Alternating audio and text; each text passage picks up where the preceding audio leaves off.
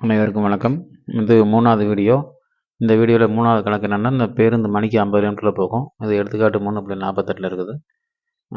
பக்கம் 127 இருக்குது. இப்போ அந்த கணக்கு கொஸ்டினை பார்த்துடலாம். இந்த கொஸ்டினை பாருங்கள்.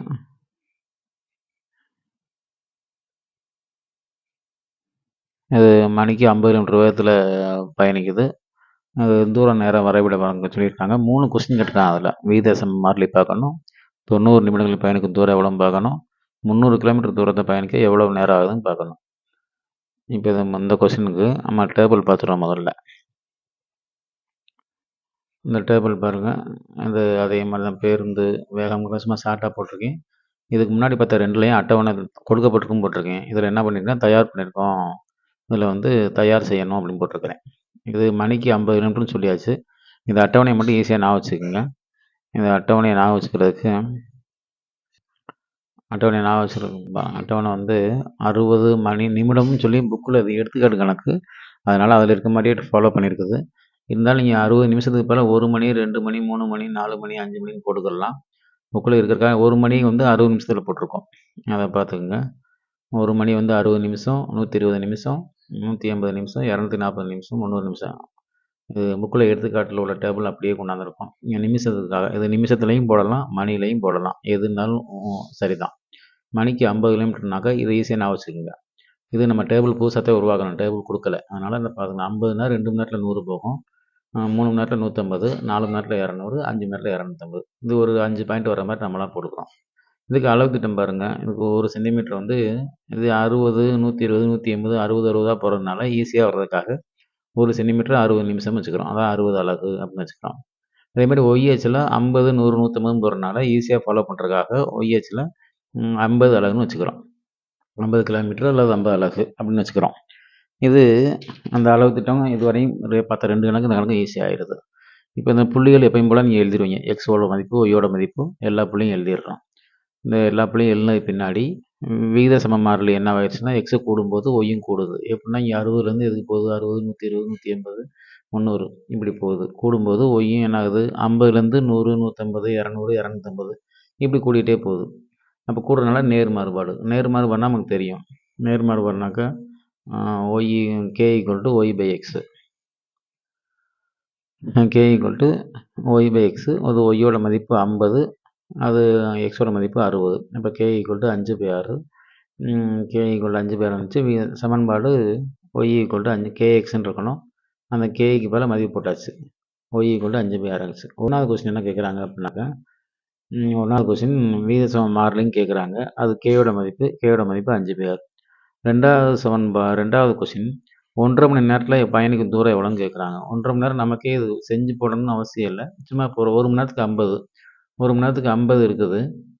50னாக்க இன்னொரு அரை மணி நேரத்துக்கு ஒரு 25, 50, 25 சேர்த்து என்ன மாறிடுது அப்படின்னாக்கா 1.5 மணி நேரத்தில் எவ்வளோ தூரம் போகுதுன்னா 25 கிலோமீட்டர். இது நம்ம தான் போட்டுடலாம். இந்த இடத்துல இது 1 மணி நேரத்துக்கு 50 ப்ளஸ் ஒரு 25 அரை மணி நேரத்துக்கு மொத்தம் என்ன ஆயிரும், 75 கிலோமீட்டர். இது 2வது கொஸ்டின் பாருங்கள். 3வது கொஸ்டின் என்ன இருக்குது, 300 கிலோமீட்டர் தூரம் பயணம் மேற்கொள்ளலாம்னு சொல்லியிருக்காங்க. 300 கிலோமீட்டர்னா இது நம்மளாம் போட்டுடலாம். 300 கிலோமீட்டரில் 1 மணி நேரத்துக்கு 5 போகுது. அப்போ 5 மணி நேரம் ஆகும். 1 மணி நேரத்துக்கு 1 மணி நேரத்துக்கு 50 போகுது. 1 மணி நேரத்துக்கு 50 போச்சுனாக்க அப்போ 300 கிலோமீட்டர் தூரத்தை போகிறதுக்கு 6 மணி நேரம் ஆகணும். அந்த 6 மணி நேரத்துக்கு நீங்கள் பாருங்கள், ஒரு 300 கிலோமீட்டர் போகணும் இல்லையா. 300 கிலோமீட்டர் போனால் 1 மணிக்கு 50. அப்போ 300 50ஆல் வகுக்கணும். 300 50ஆல் வகுத்தோம்னாக்க, இந்த 300 50ஆல் வகுத்தோம்னாக்க அடித்தோம்னாக்கா 6 5 30. இப்போ 6 மணி நேரம் வரும். அந்த 2வது கொஸ்டினுக்கு ஆன்சர் என்னது, 6 மணி நேரம் வரும்.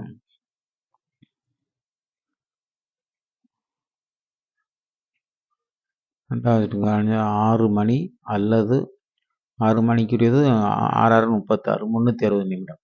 எதுனாலும் சரி. இந்த 2 ஆன்சரில் ஒரு ஆன்சர் எழுதிடலாம். இப்போ இந்த அட்டவணை முடிஞ்சிச்சு உங்களுக்கு. அட்டவணைக்கு பின்னாடி அந்த கிராஃப் எப்படி இருக்குன்னு பார்த்துருவோம். அட்டவணையை பார்த்துக்குங்க. கிராஃப் எப்படின்னு பார்த்துருவோம். கிராஃபு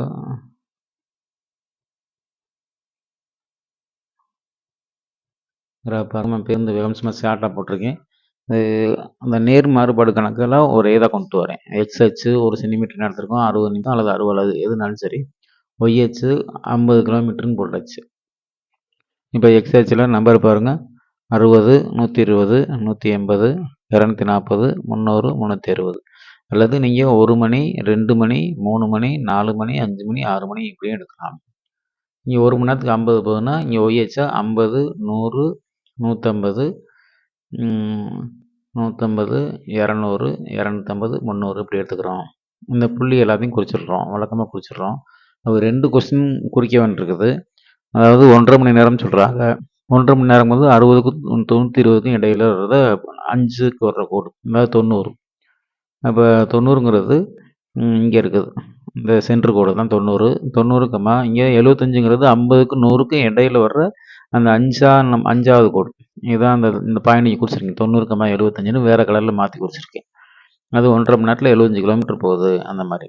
அடுத்தது என்னன்னாக்கா 300 கிலோமீட்டர் போகணும்னு சொல்கிறாங்க. 300 கிலோமீட்டர்னா தூரம் வந்து ஒய்யில் இருக்குது. 300 இங்கே வரணும்னா அது கரஸ்பாண்டிங்காக எக்ஸோட வேல்யூ என்ன வருதுன்னா 360 வருது. அதாவது 360ங்கிறது 360 நிமிடம் சொல்லலாம், இல்லை 6 மணின்னு சொல்லலாம். அதான் இங்கே போட்டிருக்கேன். 360 நிமிடம் இல்லைன்னா 300, 360, 300 அல்லது 360, 6 மணி. 6 மணிக்கு இதில் இந்த இடத்துல 360, 300 ரைட்டு. அடுத்ததில் இங்கே மணியில் போட்டோம்னாக்கா 6, 300ன்னு போட்டிருக்கணும். இந்த இடத்துல இங்கே 6, 300 போடணும். இந்த இடத்துல எப்படி போட்டுக்கணும் அப்படின்னாக்கா 6, 300. ஏன்னா முதல்ல வந்து எக்ஸோட மதிப்பு மணியில் இருந்தாக்கா 6, ஒய்யோட மதிப்பு எவ்வளவு 300. இப்படி தான் போட்டுக்கணும். இந்த கிராஃப் இந்த தெளிவாயிடுச்சா? இதை பார்த்து போடுங்க. நன்றி.